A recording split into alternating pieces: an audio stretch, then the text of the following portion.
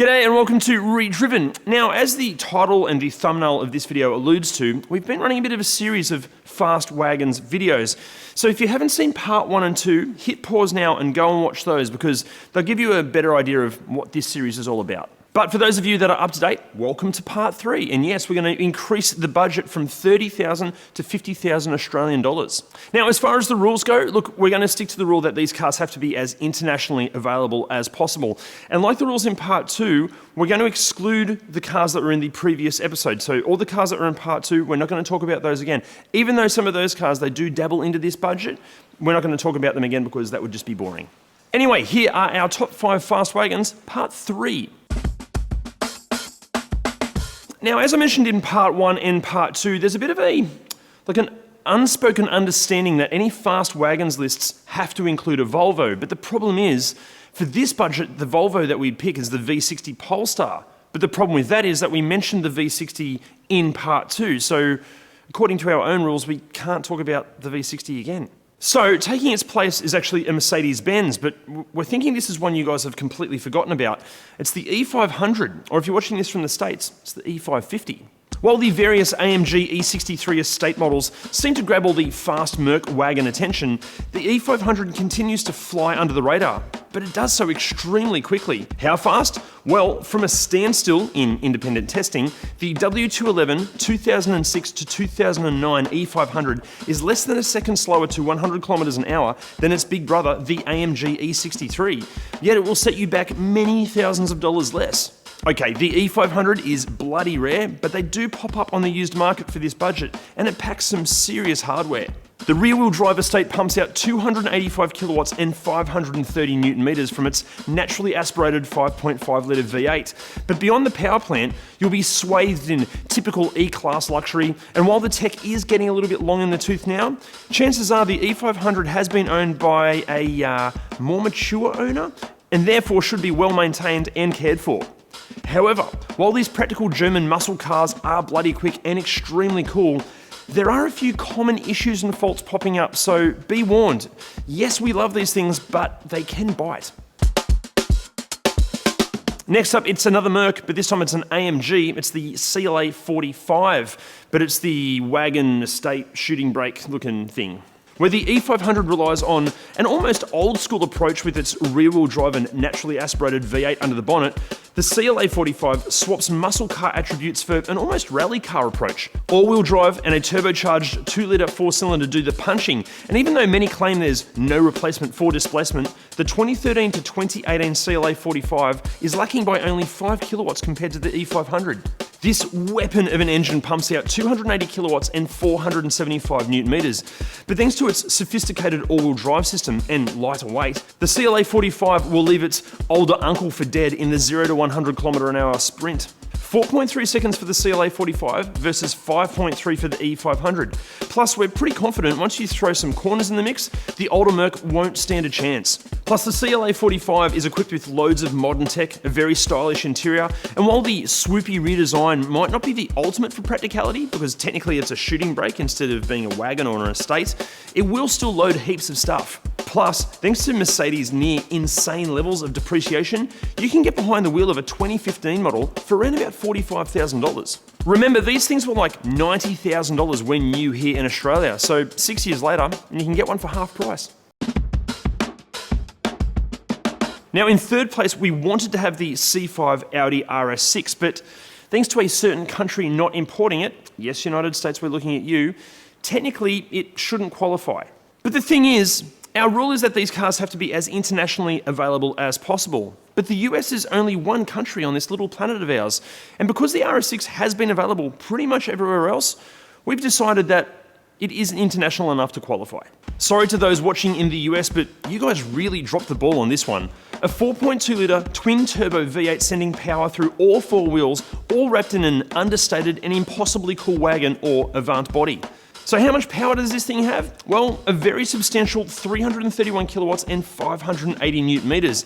However, as tempting as the RS6 is, they are a challenge to find on the used market, and now that they're approaching nearly 20 years old, they're not without their gremlins. But ignoring that, this is the RS6 that started it all. Okay, yes, the RS2 was the original fast Audi wagon, but it's the RS6 that has always been the big daddy of the RS Avance, and owning a car that started it all would be quite the honour. Now look, if a 20-year-old Audi is just a bit too risky for you, there is another fast Audi wagon that is worth a mention. It's the B8 S4 Avant. A 3-litre supercharged V6 pumping out 245 kilowatts and 440 newton meters, and in typical Audi fashion, with quattro all-wheel drive, subtle good looks, and a superb interior, which, again, wasn't available in the US. What's with this trend of like no fast wagons in the US? What are you guys doing? Now in second place, it's the Volkswagen Golf R wagon. That's right, the awesome Mark 7 Golf R wagon is in second place for this budget, meaning first place must be one hell of a car, but we'll get to that shortly. The Golf R hatch is arguably one of the best it-does-it-all cars available, but offering it with an even more practical body makes it near irresistible. And guys, what's not to love? The understated looks are classy, yet they just hint at its sporting prowess. The interior is dressed in quality materials and is perfectly laid out, and is equipped with an excellent range of safety and infotainment tech. But the real attraction comes from its power plant and performance. The 2-litre turbocharged 4-cylinder pumps out, depending on where you're watching this from, 221 kilowatts and 380 newton meters, although the warmer climates have to make do with 206 kilowatts. That power is sent through all 4 wheels via a Haldex 4Motion 4-wheel drive system and DSG gearbox, while the adaptive sports suspension and performance brakes keep everything in check.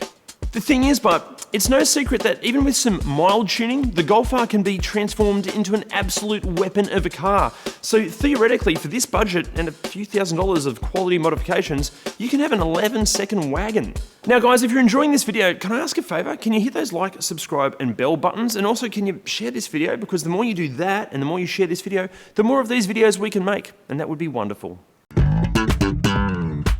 Okay, taking it out this week, it's not only one of the coolest fast wagons at any budget, this thing's one of the coolest fast cars at any budget.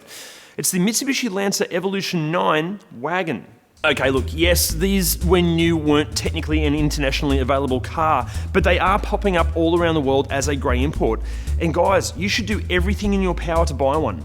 The Evo 9 is arguably the Mitsubishi Evolution. It's powerful enough to uphold the Evo's giant killing reputation and still raw enough to easily provide the nameplate's unadulterated driver engagement, but it's refined enough to easily live with every day, and in wagon form, it's practical enough to be, well, like really, really practical. Official power figures are 206 kilowatts and 392 newton meters. However, it's no secret that these figures are extremely conservative and very easily improved on with just a few tweaks. But where the Evo wagon really stands out is both in how it gets its power to the ground and how it feels when putting it through its paces. The rally-developed all-wheel drive system features active yaw control and an active center diff, and while manual transmission examples are a challenge to find and they do ask a premium in price, they're worth the hunt because they also feature a helical limited slip diff on the front axle and a higher power turbo bolted to the iconic 4G63 engine. But unfortunately, not only is the Evo wagon bloody rare, many have had a very, very tough life, so finding a cared for and thoroughly maintained example is critical. Okay, we know the Golf R wagon would be far easier to live with every day, but the Evo is just more exclusive, and in our opinion, it just feels more special to drive. We're not taking anything away from the Golf R wagon, it is bloody awesome, but for this budget, an Evo wagon, surely it's worthy of first place. Now we also have a couple of very special mentions that we had to bring to your attention. First up, it's the Skoda Octavia RS245. We've mentioned Octavia RS models in parts 1 and 2, but the RS245 is the Skoda to get if the budget allows, and you want arguably the pick of fast front-wheel drive wagons. This thing is theoretically a Golf GTI Club Sport or 40th anniversary in wagon form.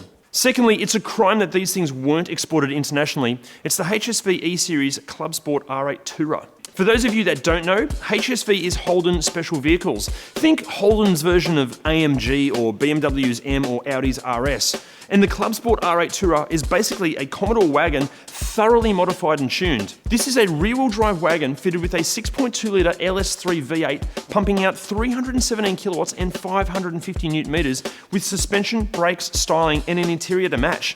And like any LS, a few mods truly unleash the real power potential of this thing. But as the Club Sport R8 Tourer isn't available internationally, we can't even mention it in this video like at all. But we have. Sorry. Guys, thank you so much for watching, and what did you think of the list? And also, what makes up your top 5 Fast Wagons list for this budget? Let us know in those comments. Oh, remember, can you please hit those like, subscribe, and bell buttons? Please share this video as much as you can, and also go and check us out on the socials. See you next time. All-wheel drive, because technically it's a shooting brake instead being, oh, you dickhead, come on. The 2-litre turbocharged 4-litre, it's not 4 litres, it's got 4 cylinders, not litres, dickhead. 4 wheels while the adaptive sports suspension. Share this and follow us on the social. Man, it was so good until then. Now in second place, it's the Volkswagen Golf R wagon. It's good, yeah. Okay, here we go. One more time.